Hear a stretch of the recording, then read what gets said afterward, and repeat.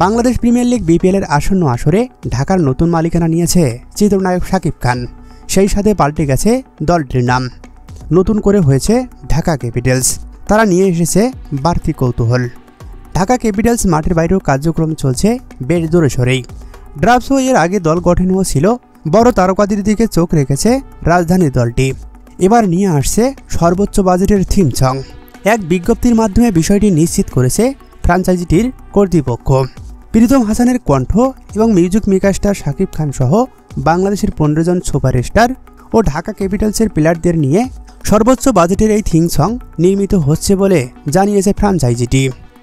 Theme সংটি খুব শীঘ্রই দেখতে পাবেন ঢাকা ক্যাপিটালসের অফিসিয়াল পেজে। উল্লেখ্য, আগামী 30 ডিসেম্বর মাঠে গড়াবে বিপিএলের 11তম আসর। আসন্ন আসরের সূচি অনুযায়ী প্রথম দিনেই মাঠে নামছেন ঢাকা ক্যাপিটালস।